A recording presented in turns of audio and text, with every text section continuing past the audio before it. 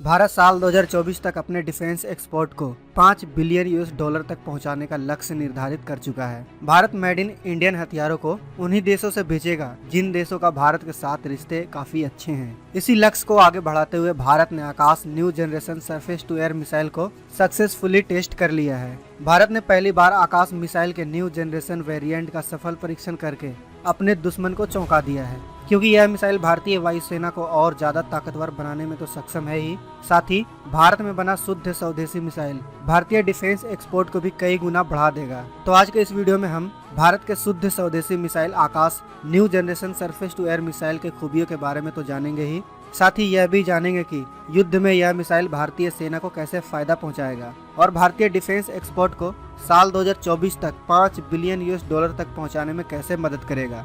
दोस्तों, गणतंत्र दिवस से एक दिन पहले डीआरडीओ ने अपने ट्विटर हैंडल पर एक फोटो शेयर करते हुए दुनिया को चौंका दिया, जिसमें डीआरडीओ ने यह जानकारी दी थी कि उसने आकाश एनजी मिसाइल, जो कि एक new generation surface to air missile है, उसका सक्सेसफुली टेस्ट कर दिया है। अब आपके मन में यह सवाल आ रहा होगा कि डीआरडीओ ने पहले भी कई बार आकाश मिसाइल का टेस्ट किया है, तो आखिर आकाश एनजी मिसाइल में ऐसी क्या खास बात है। दोस्तों, आकाश एनजी मिसाइल में खास बात यह है कि यह मिसाइल पूरी तरह न्यू जनरेशन का मिसाइल होने के साथ साथ इस मिसाइल की रेंज पहले के आकाश मिसाइल के मुकाबले कहीं ज्यादा है, जिस वजह से भारत इस मिसाइल को बड़े ही आसानी से आसियान देश, साउथ अमेरिकन देश या अफ्रीकन देशों को बेच सकता है, क्योंकि आकाश एक सरफेस टू एयर मिसाइल है जिसकी जरूरत दुनिया के हर देशों के सेना को होती ही है। दोस्तों, ऐसा मैं क्यों कह रहा हूँ? अगर आप सरफेस टू एयर मिसाइल के इतिहास के बारे में जानेंगे तो सब कुछ समझ जाएंगे।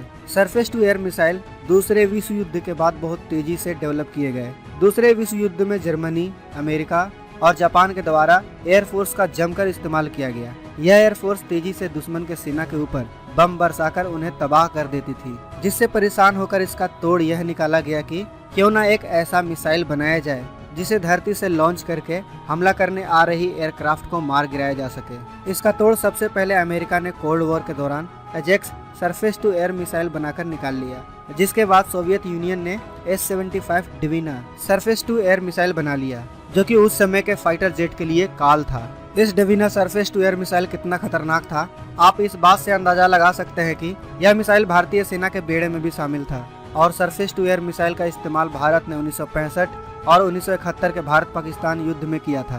पाकिस्तानी एयरफोर्स में इस मिसाइल का इतना ज्यादा डर था कि जहां जहां भारत ने इस डेवीना सरफेस टू एयर मिसाइल को डिप्लॉय किया हुआ था, वहां वहां पाकिस्तानी वायुसेना डर के मारे आती भी नहीं थी। खैर, अब तक तो हमने पुराने SM यानी सरफेस टू एयर मिसाइल के बारे में जाना, मगर हम बात करें आज के जमाने की तो आज के समय S-400, S-300 जैसे advance surface to air missile system मौजूद हैं। वहीं अमेरिका की बात करें तो अमेरिका के पास पैट्रियट और स्ट्रिंगर जैसे एडवांस और घातक SAM मौजूद हैं। वहीं अगर हम अपने देश की बात करें तो भारत का आकाश मिसाइल भी एक SAM ही है, जो दुश्मन के फाइटर जेट्स को मार गिराने में सक्षम है। इसकी रेंज की बात करें तो आकाश MK1 की रेंज 25 से 30 किलोमीटर की है, जो कि ठीक है।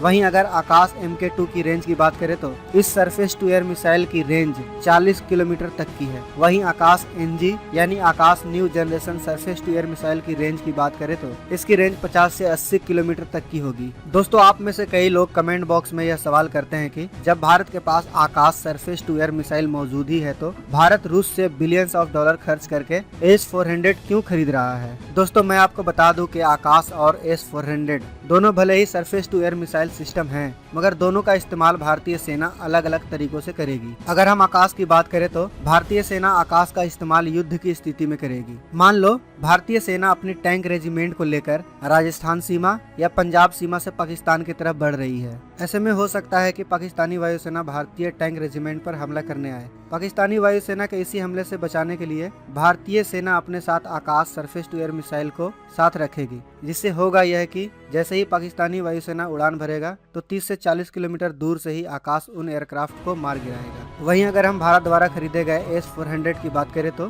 S-400 की range Akash surface to air missile से काफी अधिक है। इसकी रेंज की बात करें तो इसकी रेंज 400 किलोमीटर की है। इस वजह से भारतीय वायुसेना इसका इस्तेमाल भारत के बड़े बड़े शहरों की रक्षा, सैन्य बेस की रक्षा के साथ साथ दुश्मन देशों द्वारा बैलिस्टिक मिसाइल को मार गिराने के लिए करेगा। अब दोस्तों, सवाल है कि Akash surface to air missile system आखिर भारत को 5 बिलियन यूएस डॉलर तक डिफेंस एक्सपोर्ट करने में कैसे मदद करेगा। दोस्तों भारत का जो आकाश एसएएम है वह अमेरिकी और रूस के S-400 सैम के मुकाबले काफी ज्यादा सस्ता है। भले ही यह S-400 रेंज वाला एसएएम नहीं है, मगर फिर भी इससे दुश्मन द्वारा हमला करने आ रही एयरक्राफ्ट को मार गिराया तो जा ही सकता है। यही वजह है कि आकाश को फिलीपींस, इंडोनेशिया, वियतनाम, आसियान देश, नॉर्थ अमेरिकन देशों के साथ अफ्रीकन देश भी खरीद सकते हैं। तो दोस्तों DRDO के वैज्ञानिकों और स्वदेशी मिसाइल आकाश NG के लिए एक लाइक तो बनता है। आज के इस वीडियो में बस इतना ही। मिलते हैं नेक्स्ट वीडियो में। तब तक आप अपना और अपनों का ख्याल रखें। जय हिंद, जय भारत।